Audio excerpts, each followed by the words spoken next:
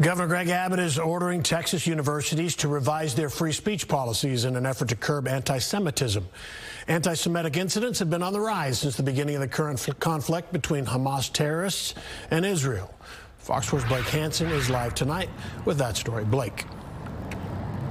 And Steve, this request for universities to revamp their free speech policies singled out a couple of pro-Palestinian groups. And while it aims to address anti-Semitism, it does not mention Islamophobia.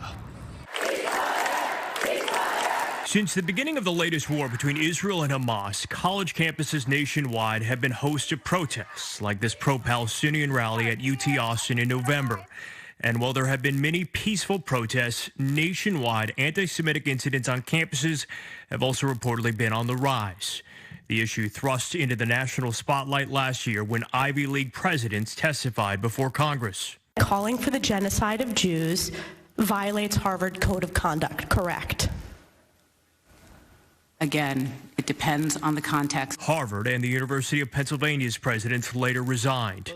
Governor Abbott Wednesday ordered Texas universities to revise their free speech policies to combat anti-Semitism, including a command to establish appropriate punishments, including expulsion from the institution. The order specifically names two pro-Palestinian groups. Like I say, the devil's in the details. We have to see what the speech codes say. Tom Leatherbury is director of the First Amendment Clinic at SMU. While we wait to see what the policies actually look like, he says any policy would need to clear certain legal standards to hold up the challenges. If it is viewpoint-based, and there are some elements that would make this executive order viewpoint-based,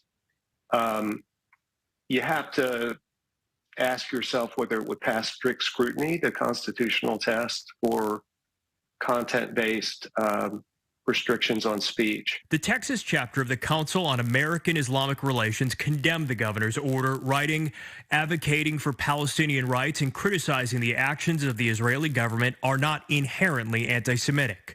Students must be allowed to express their opinions and engage in robust debates on complex geopolitical issues without fear of reprisal or censorship. The broader the policy, the more protections in the policy, the less it's subject to challenge, because it looks less like a particular viewpoint is being punished. We reached out to some of our North Texas universities today. The UNT system said that it will review its policy to ensure that it follows the law, including the governor's executive order. The executive order does give the universities 90 days. Then they are to report back to the governor's office on those changes, as well as give evidence that those changes are being enforced. Steve? All right, it's Blake Hansen at UTD tonight. Blake, thanks.